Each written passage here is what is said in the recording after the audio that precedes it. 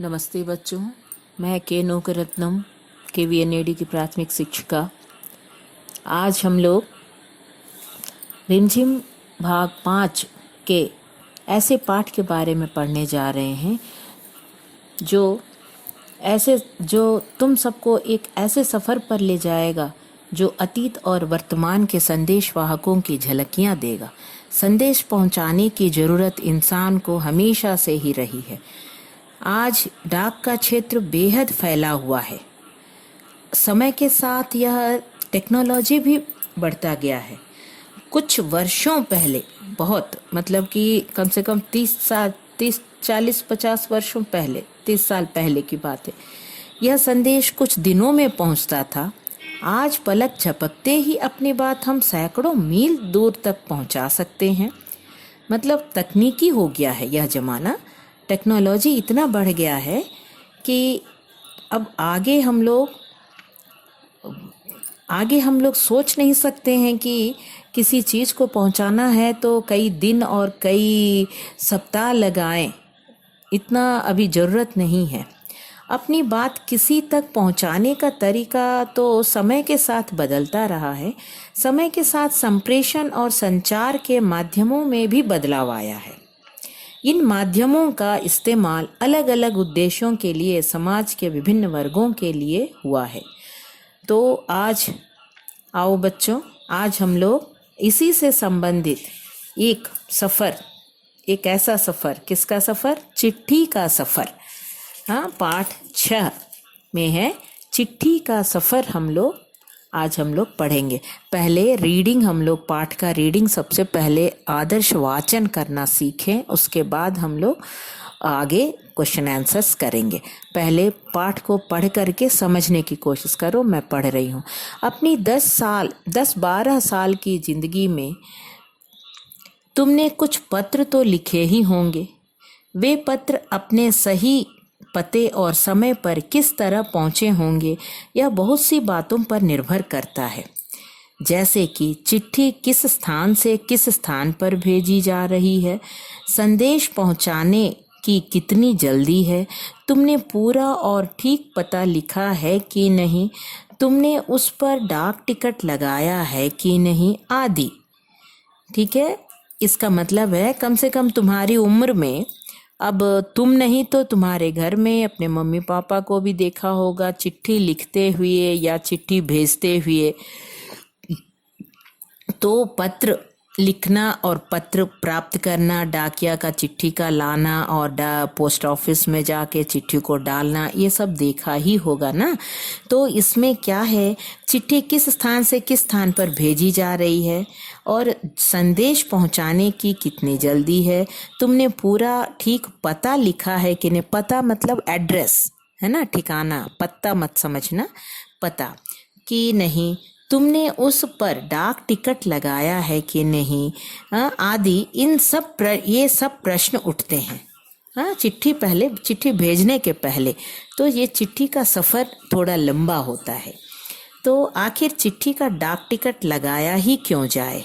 अब ये जो है ना, इस सब के बारे में इस पाठ में हम लोग पढ़ेंगे। बहुत सारे प्रश्न उठते हैं, इसको ध्यान से पहले पढ़ने सीख लो। पहले पेज में ही है।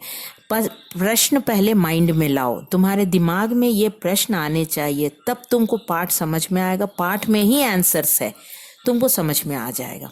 आखिर चिट्ठी पर डाक टिकट लगाया ही क्यों जाए? पूरे और ठीक पते से क्या मतलब है? ज़रूरत पड़ने पर संदेश को जल्दी कैसे पहुंचाया जाए? स्थान बदलने से चिट्ठी के पहुंचने पर क्या असर पड़ता है? इनमें से कुछ सवालों के जवाब तो शायद तुम्हारे पास होंगे, क्योंकि खास करके तुम में से उनके पास जो डाक टिकटें इकट्ठे करने का शौक़ रखते। क्या तुम लोग डाक टिकट इकट्ठा करते हो? अगर नहीं करते हो तो आज से शुरू कर दो। पुरानी चिट्ठियों में देखो डाक टिकट लगा होगा, उसको उखाड़ के एक रफ कॉपी, एक छोटी सी नोटबुक रखो पतली सी, उसमें चिपकाते जाओ। ये एक प्रकार से तुम्हारे लिए प्रोजेक्ट वर्क भी होगा और तुम्हें ज्ञान भी प्राप्त होगा कि पहले ज़माने में डाक टिकट कैसे पत्र पर लगाए जाते थे। तो इन सब प्रश्नों के सवालों के जवाब तुमको नीचे एक लिफाफे को, नीचे लिखे गए लिफाफे को देखो, इससे भी तुमको कुछ जवाब मिल जाएंगे। देखो एक लिफाफे पर लिखा हुआ है महात्मा गांधी जहाँ हो वहाँ वार्धा, बस जगह का नाम ही है।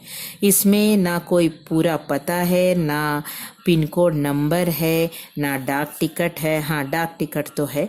और स्थान का नाम है, सिर्फ एक वर्धा नाम है, पोस्ट ऑफिस का नाम नहीं, गांव का नाम नहीं, और वहाँ का मोहल्ले का नाम नहीं, कुछ नहीं, लेकिन फिर भी पहुँच जाता है। और एक लिफाफे पे देखो, हाँ ये है एनसीईआरटी का एनसीईआरटी को भेजे गए लिफाफे पर लिखा हुआ है यहाँ पर, श्रीमान निदेशक महोदय, ये इस लिफाफे पे छोटे छोटे अक्षरों में लिखा हुआ, इसे देखो। तो इन दोनों को पढ़ने के बाद में तुमको बहुत कुछ समझ में आ जाएगा कि आखिर चिट्ठी को भेजने के लिए किन किन चीज़ों की आवश्यकता होती है। तो पहले पेज को तुम लोग ध्यान से सुन के पहले पढ़ लो, पढ़ना सीखो, उसके आगे हम लोग फिर आगे पढ़ेंगे। तो आगे पढ़ने के पहले एक और मैं बताना चाह रही हूँ, पिन शब्द, pin PIN, postal index number, इसके बारे में थोड़ा मैं बता दूं, उसके आगे फिर तुम लोग पढ़ना, फिर लेसन को हम समझाते हैं। पिन शब्द पोस्टल इंडेक्स नंबर का छोटा रूप है। हाँ, किसी भी जगह का जो पिन कोड नंबर है ना, 6 अंकों का होता है, 6 डिजिट्स होते हैं। हर अंक का एक खास स्थानीय अर्थ है। 6 अंक है ना, 6 अंक का अपना अपना स्थानीय मतलब होता है। उदाहरण के लिए NCERT को भेजे गए लिफाफे पर लिखा हुआ, देखो इस लिफाफे पर पेज नंबर 52 में लिखा हुआ है ना, 110016, 6 अंकों का है ना, यहाँ पर 110016। इसमें पहले स्थान पर दिया गया अंक यह बताता है कि यह पिन कोड दिल्ली, हरियाणा, हिमाचल प्रदेश, पंजाब या जम्मू कश्मीर का है। अगले 2 अंक यानी कि 10 यह तय करते हैं कि यह दिल्ली, जो कि राष्ट्रीय राजधानी क्षेत्र है, हाँ दिल्ली के उप क्षेत्र, दिल्ली का कोड है। अगले 3 अंक जो है यानी 016, हाँ दिल्ली उप क्षेत्र के ऐसे डाकघर का कोड है जहाँ से डाक बांटी जाती है।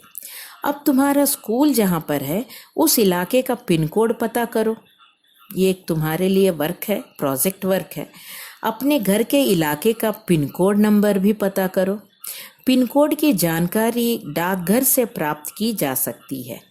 हाँ, डाकघरों में टेलीफोन डायरेक्टरी की तरह पिन कोड डायरेक्टरी भी मिलती है। तुम्हारे इलाके का अगर पिन कोड, तो तुम्हारे मोहल्ले में लगे लेटर बॉक्स, जो पोस्ट ऑफिस से बाहर में लेटर बॉक्स होता है जिसमें हम लोग चिट्ठी डालते हैं, लेटर बॉक्स पर ही भी लिखा रहता है, उससे भी तुम लोग पिन कोड नंबर की जानकारी ले सकते हो। इससे क्या है ना, प्रमुख जगहों, शहरों के पिन कोड नंबर तुम्हें कहाँ कहाँ पर मिल सकते हैं ये तुमको मालूम हो जाएगा। ठीक है, इसको इतना वर्क तक करके तुम लोग इसका रीडिंग पहले करो, आगे हम लोग फिर देखते हैं। ओके, थैंक यू बच्चों।